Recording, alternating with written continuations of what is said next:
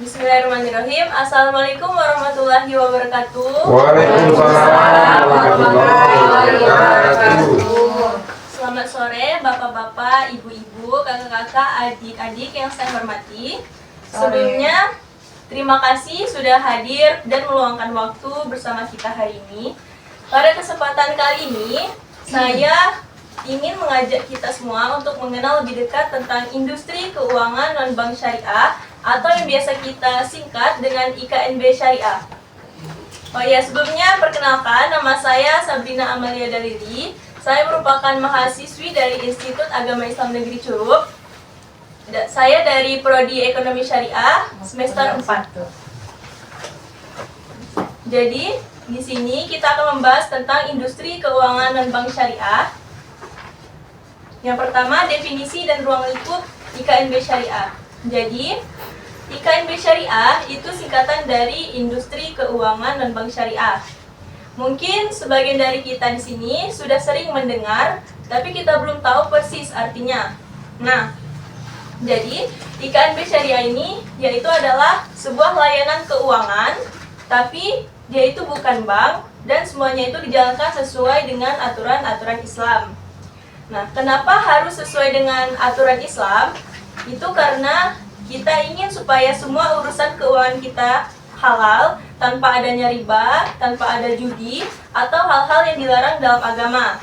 Nah, jadi IKNB Syariah ini hadir untuk membantu kita yang mau untuk mengurus keuangannya, atau cari pembiayaan dengan cara yang aman dan sesuai dengan syariat-syariat Islam. Nah, jadi bapak-bapak, ibu-ibu, kakak-kakak dan adik-adik di sini, IKNB Syariah itu sangat penting karena memberikan kita pilihan untuk mengelola keuangan dengan cara yang baik dan benar menurut agama Islam. Jadi kita nggak perlu lagi khawatir lagi soal halal haram dalam urusan keuangan kita. Kemudian dalam Al-Quran surat Ar-Rum ayat 39, A'udzu billahi minasyaitonir rajim. Bismillahirrahmanirrahim. Wa ma ataitum mir ribal liyarbu fi amwalin nasi fala yarbu 'indallah. Wa ma ataitum min zakati turiduna wajhallahi faulaika humul mut'ifun. Shadaqallahul azim, yang artinya, dan sesuatu riba atau tambahan yang kamu berikan agar dia bertambah pada harta manusia, maka riba itu tidak menambah pada sisi Allah, dan apa yang kamu berikan itu berupa zakat yang kamu maksudkan untuk mencapai keridhaan Allah. Maka yang berbuat demikian itulah orang-orang yang melipat gandakan pahalanya. Kemudian yaitu prinsip syariah dalam IKNB. Jadi prinsip syariah itu artinya semua kegiatan di industri keuangan dan bank atau IKNB tadi, yaitu seperti asuransi, pembiayaan, dana pensiun dan lainnya, itu harus mengikuti aturan-aturan dalam agama Islam. Nah, tujuannya supaya semua transaksi keuangan kita itu halal, bersih, dan membawa keberkahan. Kemudian, prinsip-prinsip dalam syariah ini, yang pertama itu yang sudah sering kita dengar, yaitu tidak boleh adanya riba. Nah, jadi riba itu bahasa sederhananya adalah bunga. Nah, seperti bunga pinjaman di bank konvensional itu kan contohnya.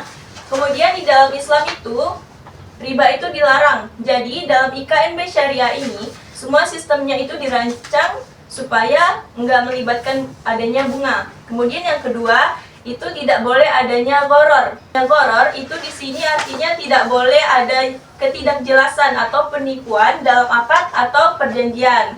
Nah, jadi semuanya itu harus jelas dalam segi apa yang dijual, kemudian berapa nilainya, kemudian bagaimana cara bayarnya. Jangan sampai ada merugikan salah satu pihak karena informasinya yang tidak ada transparan. Kemudian itu di dalam prinsip IKNB Syariah itu tidak boleh adanya maisir.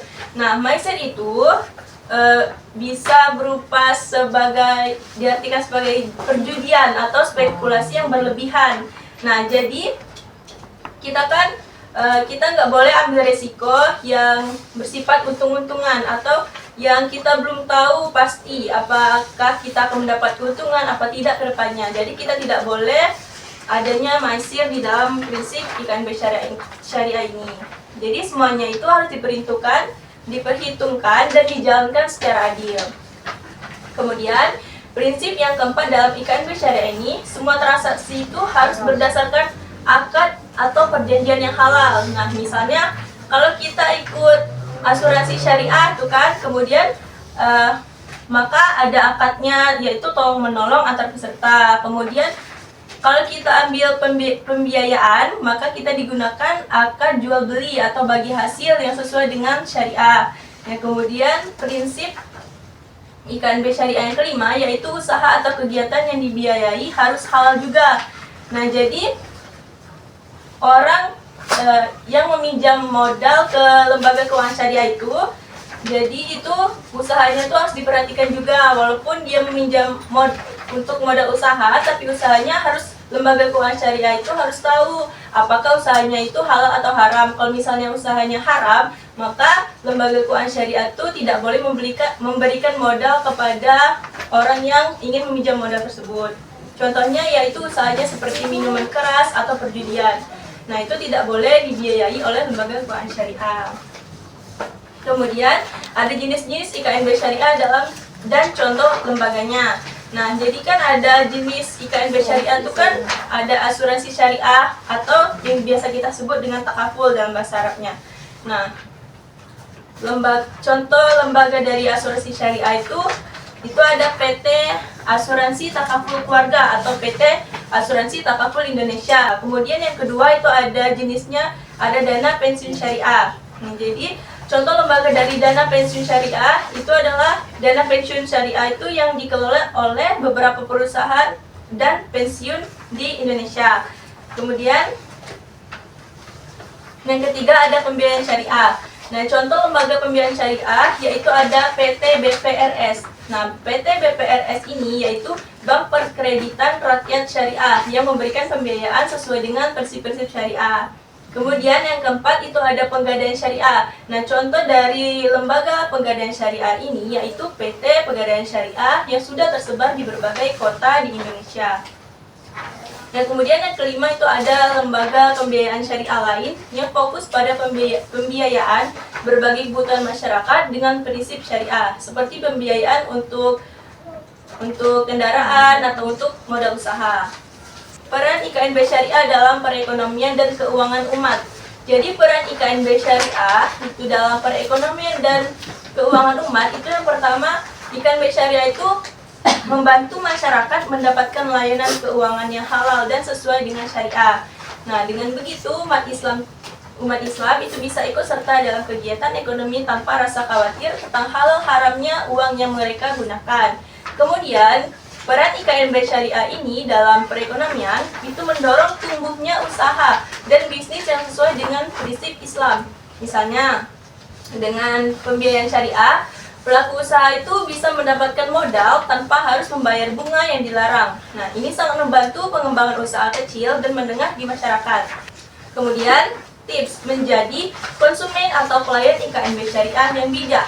Nah, jadi untuk menjadi konsumen atau klien IKNB syariah yang bijak itu yang pertama, sebelum kita membeli produk atau layanan dari IKNB tersebut, pastikan kita benar-benar paham apa yang ditawarkan. Nah, kemudian kita jangan ragu untuk bertanya tentang bagaimana cara kerjanya, akad yang digunakannya bagaimana, dan keuntungan maupun risiko yang mungkin akan kita hadapi di masa yang akan datang.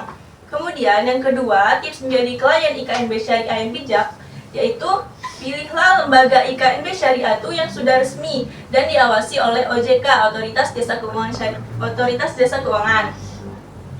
Karena lembaga yang resmi itu biasanya lebih terpercaya dan mengikuti aturan syariah dengan ketat.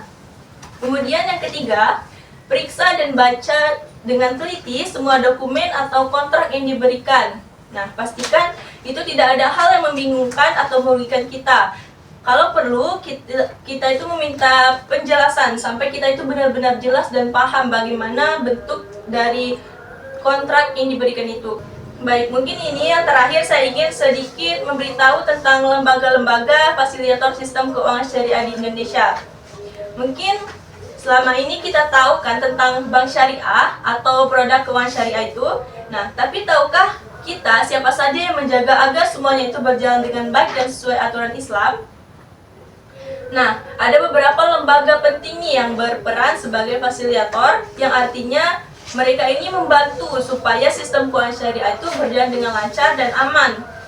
Yaitu yang pertama ada OJK, Otoritas Jasa Keuangan. Kemudian yang kedua itu ada Dewan Syariah Nasional Majelis Ulama Indonesia atau disingkat DSN MUI. Kemudian yang ketiga ada BI atau Bank Indonesia.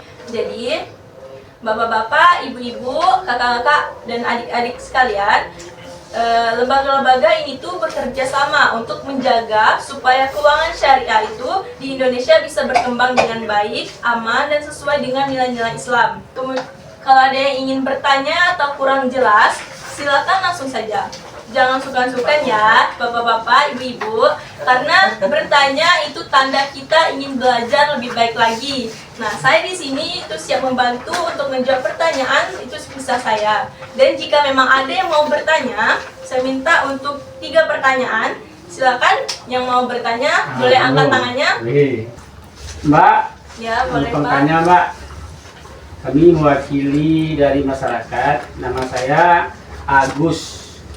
Iya Pak. Yang ingin kami tanyakan Mbak, yang pertama, apa perbedaan antara IKNB Syariah dengan bank syariah yang ada sekarang dan sistem kerjanya? Itu Mbak. Terima kasih.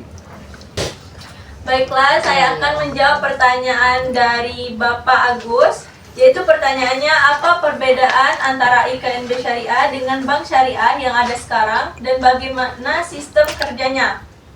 Oke, jadi perbedaan antara IKNB Syariah dengan bank syariah yaitu perbedaan dari layanannya. Kalau IKNB Syariah itu menyediakan layanan keuangan non perbankan seperti asuransi, pegadaian, pembiayaan syariah seperti sudah saya jelaskan tadi. Nah, kalau di bank syariah itu menyediakan layanan perbankan. Nah, seperti tabungan, pembiayaan. Jadi perbedaannya dari layanannya, kalau IKNB itu non perbankan, tapi kalau bank syariah itu menyediakan layanan perbankan. Jadi bagaimana, Pak? Bisa. Terima kasih atas penjelasannya. Oke, baiklah bapak-bapak, ibu-ibu, kakak-kakak, adik-adik semuanya.